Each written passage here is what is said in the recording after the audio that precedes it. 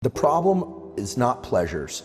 The problem is that pleasure experienced without prior requirement for pursuit is terrible for us. It's terrible for us as individuals, it's terrible for us as groups, and I have great confidence in the human species to work this out, but we are finding now, and we are going to increasingly find, that those who will be successful, young or old, are going to be those people who can create their own internal buffers. They're going to be able to control their relationship to pleasures, because the proximity to pleasures and the availability is the problem. If you look at the increase in use of drugs of abuse or prescription medication, which at least at the first pass deliver pleasure, pain relief, the whole issue with the opioid crisis, and dopaminergic drugs like Ritalin, Adderall, there sometimes is a clinical need, but tons of people are taking those recreationally now or to study. Huge dopamine increases are what those cause. That is a problem. That's a serious problem, because it creates a cycle where you need more of that specific thing. I always say addiction is a progressive narrowing of the things that bring you pleasure. And and I don't like to comment too much on enlightenment, because I don't really know what that is as a neurobiologist, but a good life, we could say, is a progressive expansion of the things that bring you pleasure. And even better, a good life is a progressive expansion of the things that bring you pleasure and includes pleasure through motivation and hard work. And understanding this pain-pleasure balance, whereby if you experience pain and you can continue to be in that friction and exert effort, the rewards are that much greater when they arrive.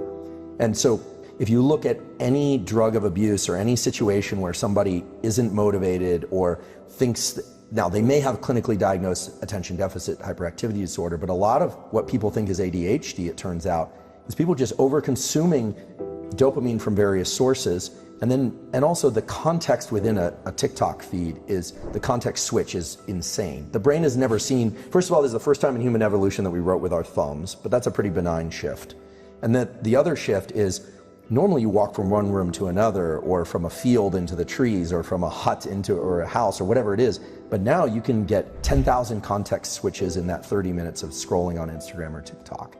And so it's all about self-regulation. How do you self-regulate? How do kids self-regulate? Well, this is my hope, and one of the reasons I've gotten excited about public education and teaching neuroscience is that this is a place where knowledge of knowledge actually can allow oneself to intervene.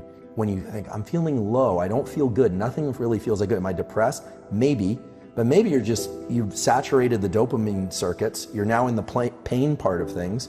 What do? Well, you have to stop. You need to replenish dopamine. You need to stop engaging with this behavior, and then your pleasure for it will come back.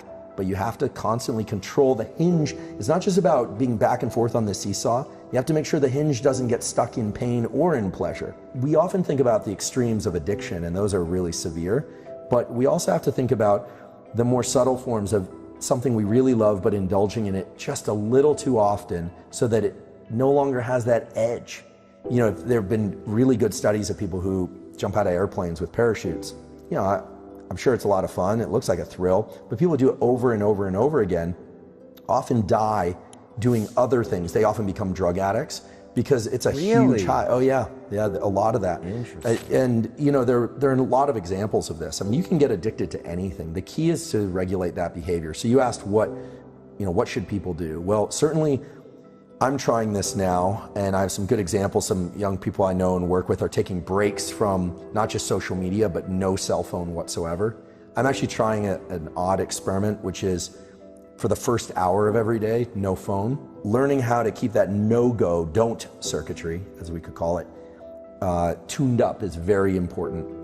And so many times throughout the day, but I try and get 25 a day, where I actively refrain from doing something that I impulsively want to do. Could be looking at my phone, but it could even be something trivial.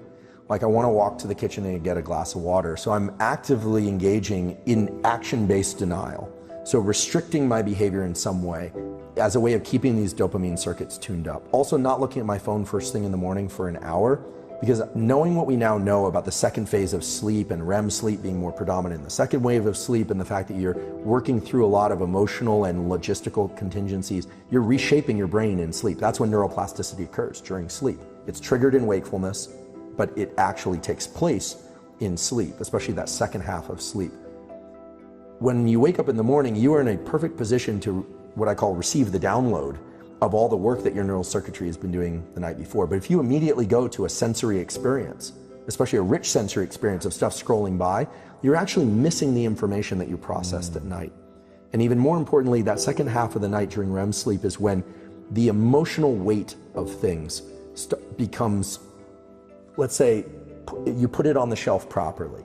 Things that are important to emotionally register get put in one shelf. Things that were like the comment you got on Twitter that was triggering doesn't seem like such a big deal after a good night's sleep. And that's because that second half of sleep is actually when you re-experience these things, but your body can't secrete adrenaline. It's kind of an internal form of therapy or even trauma therapy. And that's why people who don't get that sleep are very, they're easily agitated. They feel like the world is crushing down on them. So when I wake up in the morning, I want to receive ideas that I want to learn from my learning. And if you take in new information, you are not in a position to do that.